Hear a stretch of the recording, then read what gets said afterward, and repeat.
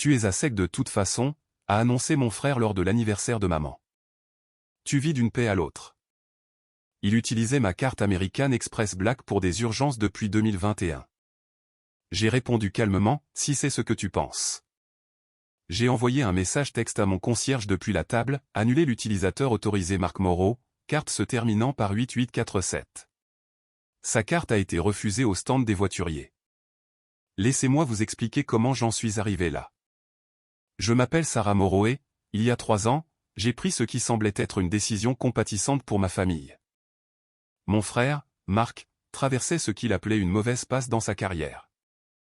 Il venait de quitter son poste de commercial dans une entreprise technologique de la défense et explorait des opportunités dans le capital risque, ce qui, dans le langage de Marc, signifiait qu'il était au chômage et faisait du réseautage dans des restaurants coûteux parisiens. Juste temporairement, avait-il dit autour d'un café en novembre 2021. Jusqu'à ce que je reçoive ma compensation en actions de la nouvelle entreprise.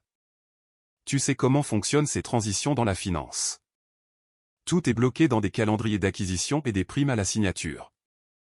J'ai juste besoin de quelque chose pour me couvrir pendant quelques mois. J'avais été sceptique. Marc avait un historique de mauvaise gestion financière, des vêtements de créateurs qu'il ne pouvait pas s'offrir, une BMW en location qu'il avait du mal à payer, un loft dans le Marais qui consommait 60% de ses revenus. Mais c'était mon frère, et maman m'avait appelé 2 fois cette semaine-là, la voix lourde d'inquiétude à l'idée que Marc ne puisse pas maintenir les apparences pendant sa recherche d'emploi. Les apparences comptent dans le capital risque, avait dit maman. Il ne peut pas se présenter aux réunions en ayant l'air d'être en difficulté. Alors, j'ai fait ce que n'importe quelle grande sœur ferait. J'ai ajouté Marc comme utilisateur autorisé sur ma carte American Express Black. Pas ma carte professionnelle, je gardais celle-là séparée et sacrée, mais ma carte personnelle Centurion, celle pour laquelle je m'étais qualifié après que le tour de financement de série C de mon entreprise eût porté ma valeur nette personnelle dans une fourchette qui rendait les sociétés de carte de crédit haut de gamme très intéressées par mes affaires. Juste pour les urgences, lui ai-je dit en lui tendant la carte. Les dîners d'affaires pendant ta recherche d'emploi. Peut-être un costume si tu en as besoin pour des entretiens. Rien de fou. Marc m'avait serré dans ses bras. Vraiment serré dans ses bras. Tu me sauves la vie, Sarah. Je le jure, 3 mois maximum. Au moment où ma prime à la signature arrive, je te rembourse chaque centime. C'était en novembre 2021. Nous étions maintenant en mars 2025. Les 3 mois s'étaient étirés en 3 ans. Les urgences avaient évolué des costumes d'entretien au service de bouteilles dans les clubs, des dîners d'affaires au voyage le week-end à Monaco, des nécessités professionnelles à un style de vie que Marc s'était convaincu de mériter. J'ai regardé cela se produire progressivement à travers mes relevés mensuels. Au début, c'était raisonnable, 1600 € dans un magasin de vêtements pour hommes, 180 € dans une brasserie, 140 € pour le pressing. Le genre de dépense qui avait du sens pour quelqu'un essayant de décrocher un emploi de haut niveau. Puis cela a grimpé insidieusement. Un week-end à 2800 € à Saint-Tropez.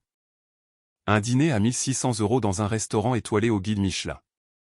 Une conférence de conseil à 4600 € à Marrakech qui, j'ai découvert plus tard sur son Instagram, n'était qu'un week-end de fête avec ses amis d'université. En 2023, Marc dépensait en moyenne 7500 à 11 000 € par mois. En 2024, cela avait escaladé à 14 000 voire 18 500 € par mois. Des montres de créateurs, des vols en première classe, des suites d'hôtels, des garde-robes entières provenant de boutiques de luxe. J'aurais dû dire quelque chose. Je le sais maintenant. Mais chaque fois que je l'envisageais, quelque chose me retenait. Peut-être était-ce la culpabilité, j'avais réussi et Marc était en difficulté. Peut-être était-ce l'obligation familiale, maman nous avait toujours appris que la famille prend soin de la famille. Peut-être était-ce juste de l'évitement, la confrontation n'a jamais été ma force. Et honnêtement, je pouvais me le permettre. Mon entreprise, une firme d'analyse de données de santé que j'avais fondée en 2018, avait grandi au-delà de mes projections les plus folles. Nous avions sécurisé un financement de série D en 2023 avec une valorisation de 315 millions d'euros. Ma valeur nette personnelle avait franchi les 8 chiffres. Qu'est-ce que 165 000 € par an pour quelqu'un dans ma position? Mais ce n'était pas vraiment une question d'argent. C'était une question de principe.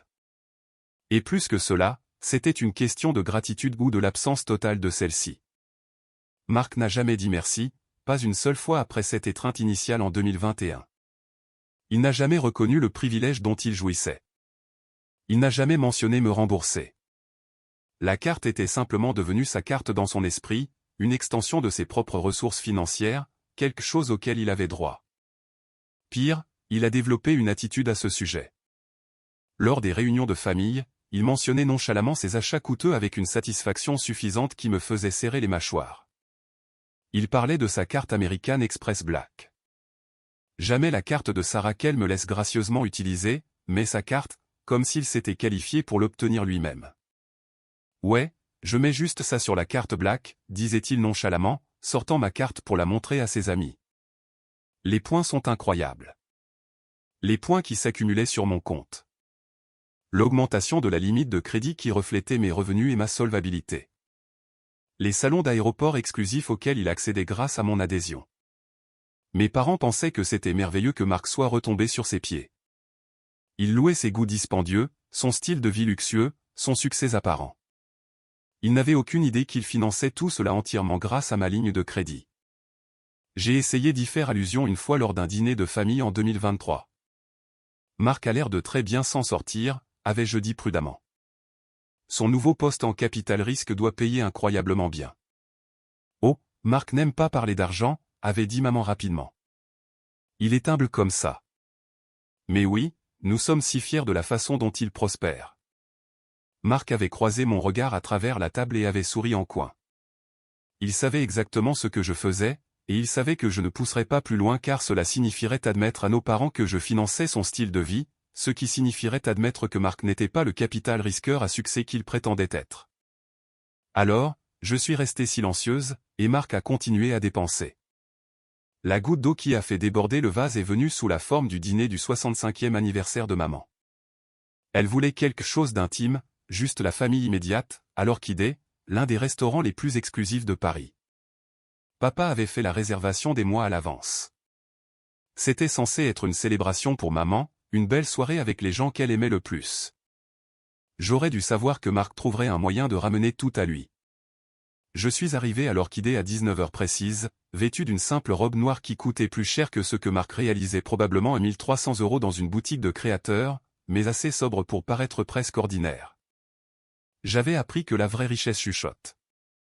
Marc est arrivé 20 minutes en retard, vêtu de ce que j'ai immédiatement reconnu comme un nouveau costume Tom Ford. Étiquette de prix, environ 5500 €. J'avais vu le débit sur mon relevé il y a 2 semaines, Tom Ford rue Saint-Honoré, 5750 € et 50 centimes. Désolé, a dit Marc, ne semblant pas désolé du tout. Une réunion client a fini tard. Vous savez ce que c'est. Il n'avait pas de client. J'avais vérifié.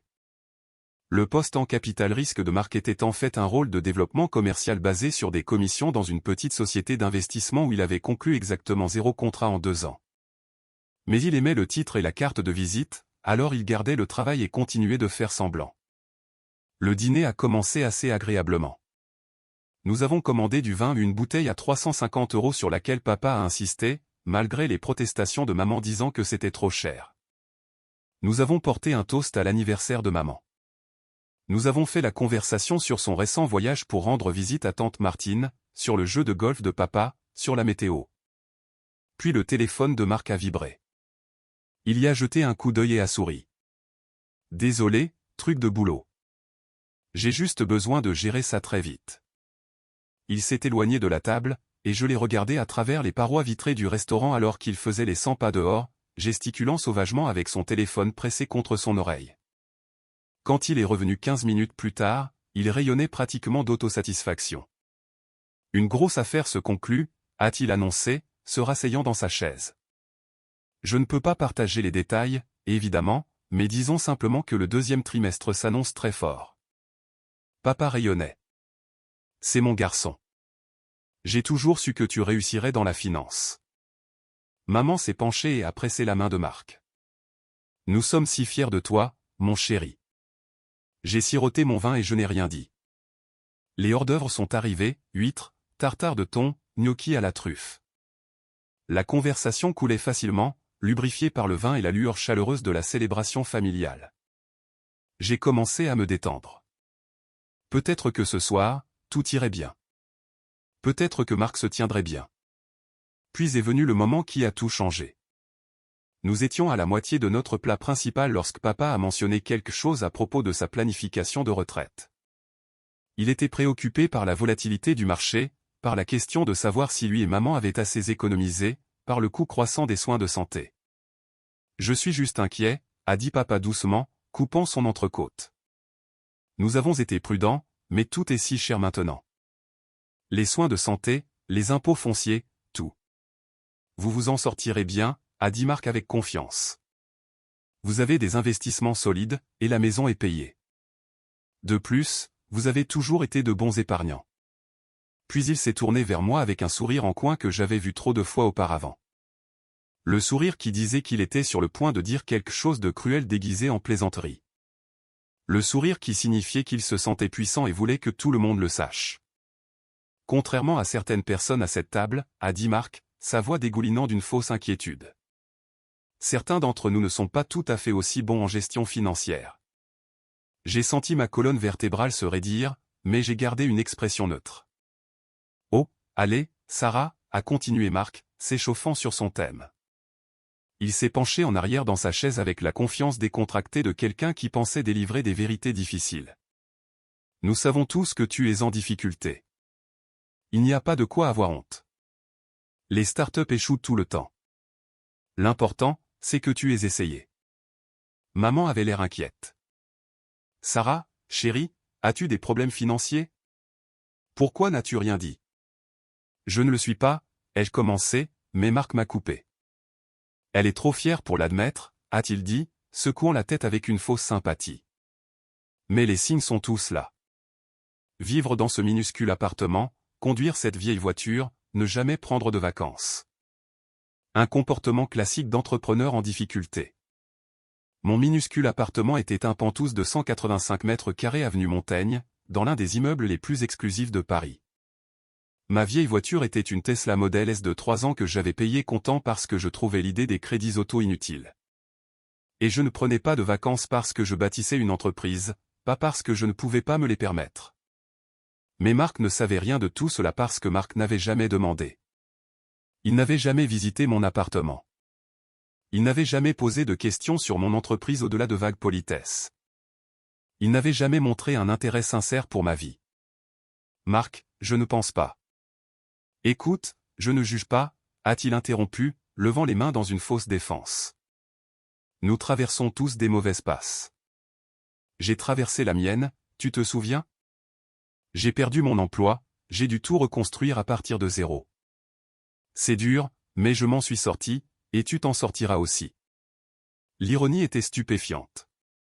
Marc, qui s'en était sorti en vivant sur ma carte de crédit pendant 3 ans, me donnait maintenant un discours d'encouragement sur la résilience financière. La clé est de ne pas être trop fier pour demander de l'aide, a-t-il continué, et j'ai regardé papa hocher la tête, le visage de maman se plissant d'inquiétude. La famille est là pour la famille. Si tu as besoin d'argent, Sarah, demande simplement. Nous trouverons une solution. Quelque chose en moi s'est fissuré. Pas brisé, pas encore, mais fissuré. 3 ans à regarder mes relevés gonfler avec ses dépenses. 3 ans à être traité comme un distributeur automatique sans protection par mot de passe. 3 ans à le regarder construire un style de vie luxueux à mes frais tout en ne prenant aucune responsabilité et en s'attribuant tout le mérite. Maintenant, ceci, une humiliation publique déguisée en sollicitude. Une leçon sur la gestion financière de la part de quelqu'un qui vivait littéralement de ma charité.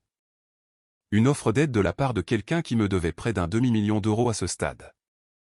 En fait, Marc, ai-je dit, ma voix parfaitement égale, je dois corriger quelque chose. Il a agité la main avec dédain. Sarah, il n'y a aucune honte à.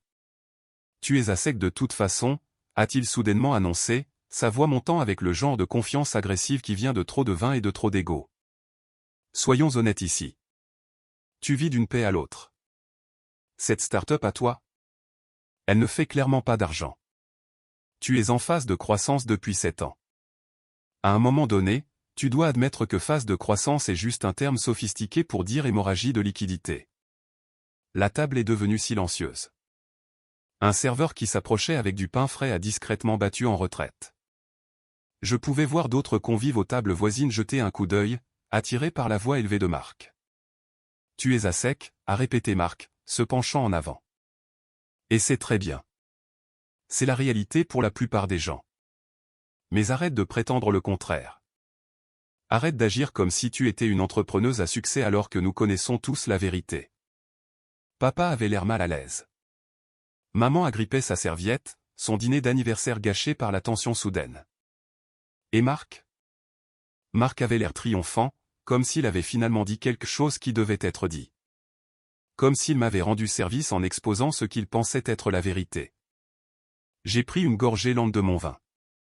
J'ai posé le verre avec précaution. J'ai attrapé mon téléphone. Je raconterai plus tard ce moment à mon thérapeute, non pas parce que je suis une sainte, mais parce que j'avais passé 3 ans à préparer cette conversation dans ma tête. Je savais exactement ce que je dirais quand le moment viendrait.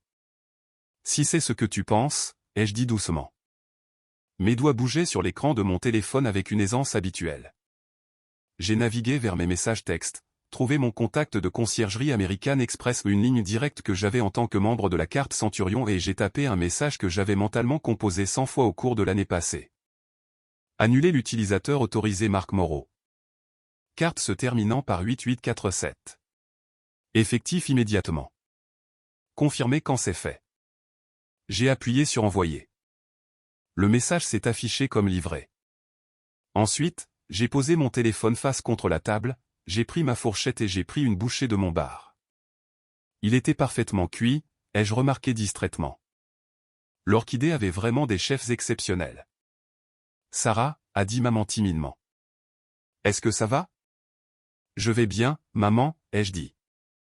Joyeux anniversaire. Je suis désolé que Marc transforme cela en autre chose qu'une célébration pour toi. Marc a ri. Il a vraiment ri. Tu vois, c'est ce que je veux dire. La déviation. Mécanisme de défense classique. Sarah, j'essaie de t'aider ici. Parfois, tu as besoin que quelqu'un te donne un retour à la réalité. Mon téléphone a vibré. J'ai baissé les yeux. Utilisateur autorisé Marc Moreau retiré du compte se terminant par 8847. Effectif immédiatement. La carte sera refusée pour toute transaction en attente ou future. Code de confirmation, AX2891C. Y a-t-il autre chose pour lequel je peux vous aider? J'ai répondu, non, merci. C'est tout. Puis j'ai levé les yeux vers Marc, qui parlait encore, gesticulant avec son verre de vin, expliquant à nos parents pourquoi l'amour vache était parfois nécessaire pour les membres de la famille qui refusent de voir la réalité. Le truc, c'est, disait-il, Sarah a toujours été têtue. Même enfant, elle ne pouvait pas admettre quand elle avait tort. Et maintenant, avec son entreprise qui échoue, elle double la mise au lieu de limiter ses pertes. C'est triste, vraiment. Je l'ai laissé finir. Cela ne servait à rien de l'interrompre. Dans environ 5 minutes, la réalité allait l'interrompre pour moi. Nous avons traversé le reste du dîner avec une conversation tendue.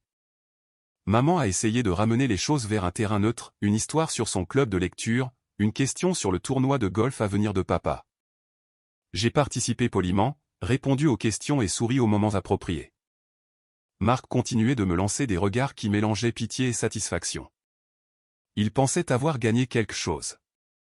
Il pensait avoir enfin dit ce que tout le monde pensait. Il pensait s'être établi comme le frère qui a réussi, celui qui avait compris, celui qui pouvait se permettre d'offrir de l'aide à sa sœur en difficulté. L'addition est arrivée. Papa a tendu la main instinctivement, mais Marc l'a repoussé avec une grande générosité. « S'il te plaît, papa, c'est l'anniversaire de maman. Laisse-moi régler ça. » Il a sorti son portefeuille avec un geste théâtral et a extrait la familière carte noire. Ma carte noire. La carte qui était maintenant, depuis environ 10 minutes, complètement inutile pour lui. C'est pour moi, a annoncé Marc. La famille prend soin de la famille, n'est-ce pas? Il a tendu la carte au serveur avec la confiance décontractée de quelqu'un qui avait fait cela 100 fois auparavant. Comme il l'avait fait, à mes frais, pendant 3 ans. Le serveur s'est éloigné. Marc s'est penché en arrière dans sa chaise, rayonnant de satisfaction. Alors, Sarah, a-t-il dit, quand tu seras prête à parler sérieusement de ta situation, je suis là.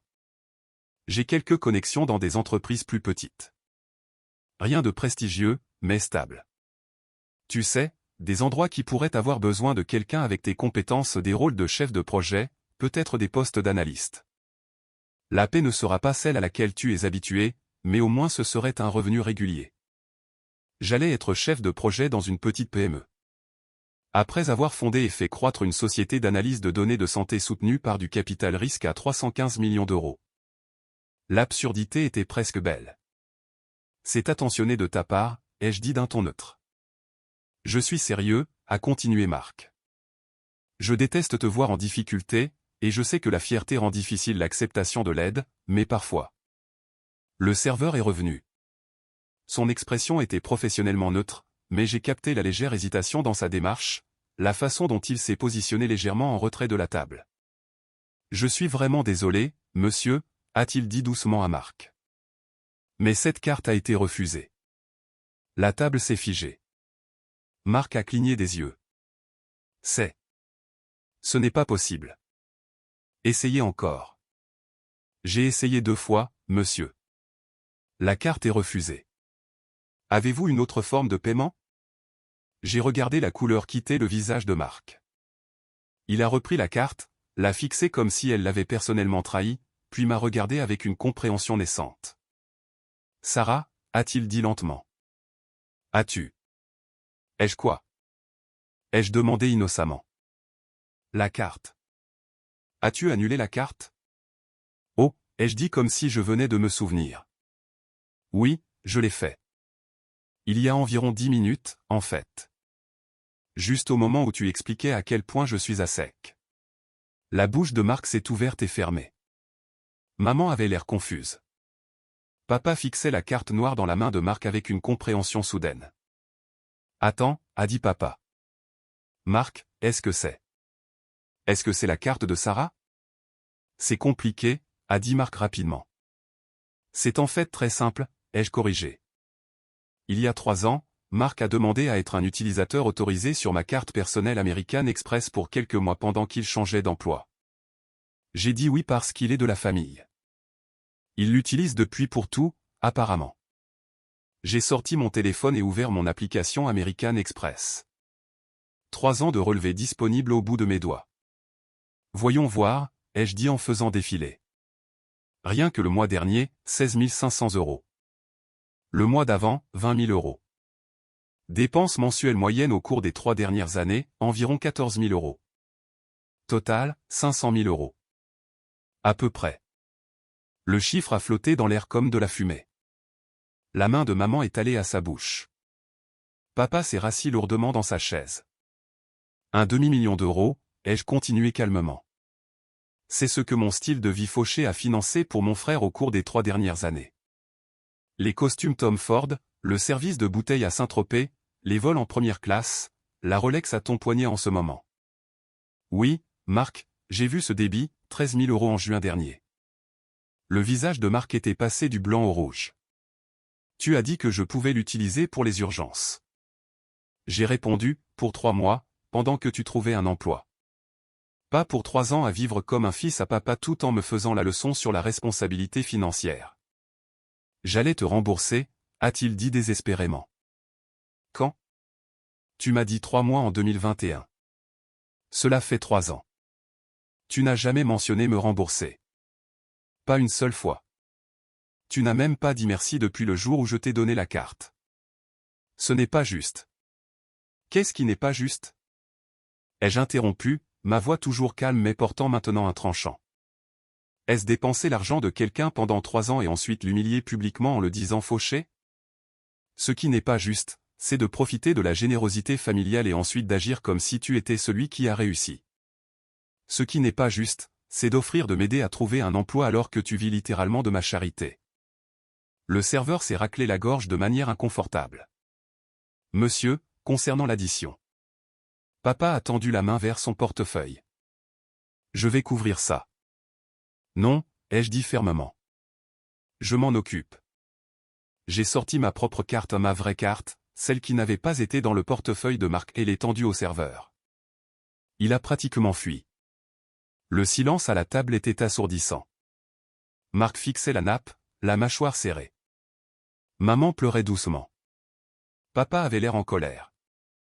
Pas contre moi, ai-je réalisé, mais contre Marc. Un demi-million d'euros, a dit papa doucement. Marc, à quoi diable pensais-tu? J'allais la rembourser, a répété Marc faiblement. Avec quel argent? A exigé papa. Tu viens de nous dire que Sarah est celle qui est à sec.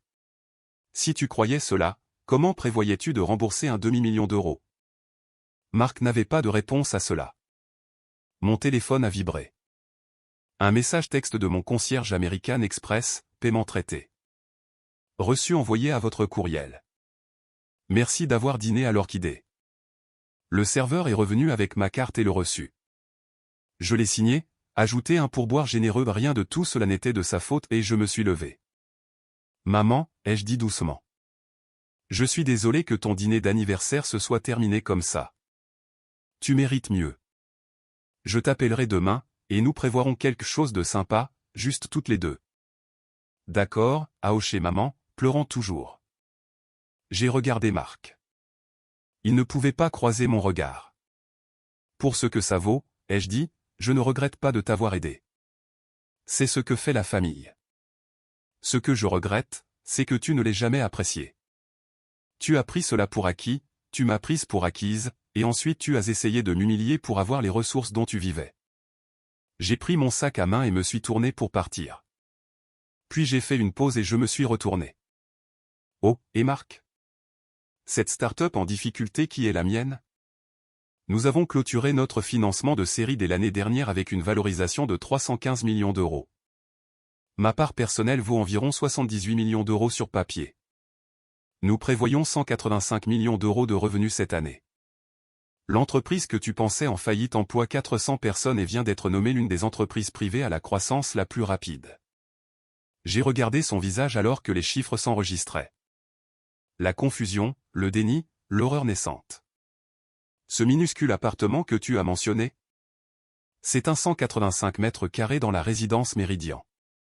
Je l'ai payé 3 900 000 euros comptant. La vieille voiture est une Tesla que j'ai achetée directement parce que je pense que les prêts automobiles sont un gaspillage d'argent. Et je ne prends pas de vacances parce que je bâtis quelque chose qui me tient vraiment à cœur, pas parce que je ne peux pas me les permettre. Je l'ai laissé assimiler cela un moment. Tu vivais de ma charité, Marc, pendant 3 ans. Et au lieu d'être reconnaissant, au lieu d'être humble, au lieu d'au moins être discret à ce sujet, tu as décidé de me dire publiquement fauché. J'ai souri alors, mais ce n'était pas un sourire aimable. Alors oui, j'ai annulé la carte. Effectif immédiatement. Chaque débit en attente, chaque abonnement que tu as mis en place, chaque paiement automatique, tous refusés.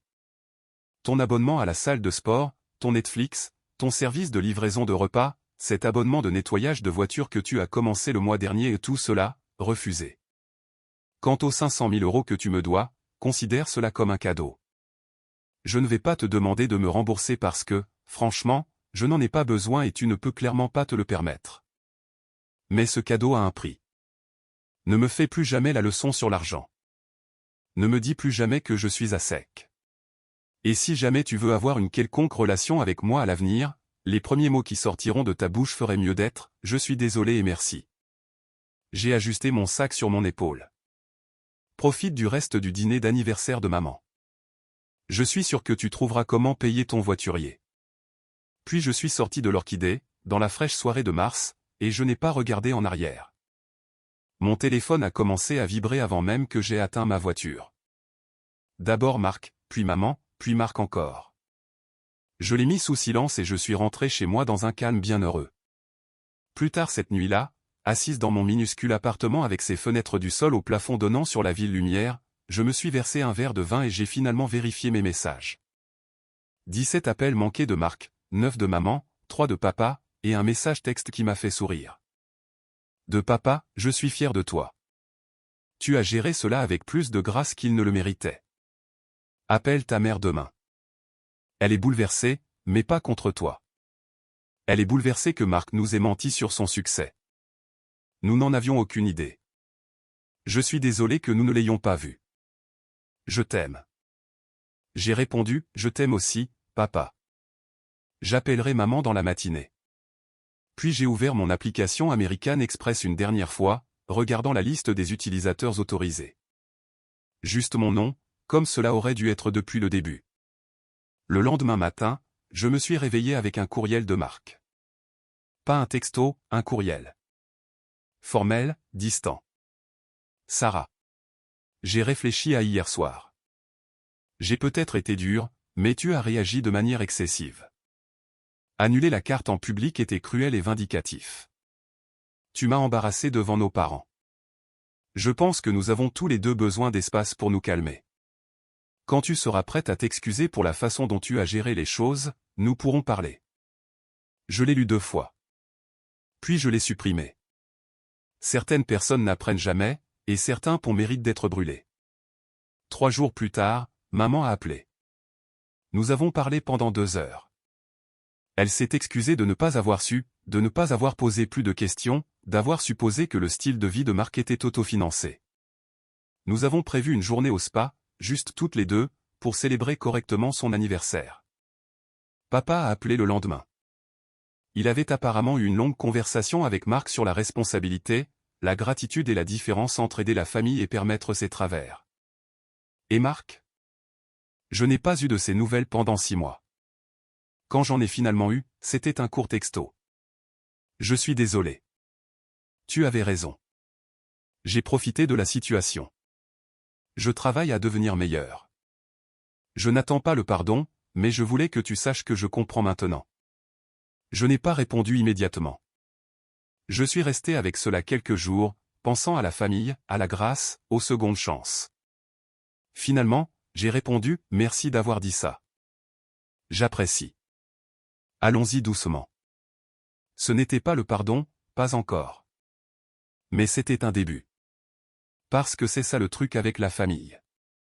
Vous pouvez fixer des limites. Vous pouvez exiger le respect. Vous pouvez couper un comportement toxique sans couper la personne entièrement. Parfois, la chose la plus aimante que vous puissiez faire est de dire non. Parfois, la chose la plus puissante que vous puissiez faire est de partir. Et parfois, la meilleure vengeance est simplement de bien vivre et de leur laisser voir exactement ce qu'ils ont pris pour acquis. Marc a appris cette leçon à la dure devant un stand de voiturier à l'extérieur de l'Orchidée quand sa carte a été refusée et que sa façade soigneusement construite s'est effondrée. Moi? J'ai appris qu'être gentil ne signifie pas être un paillasson. Que aider la famille ne signifie pas permettre les mauvais comportements.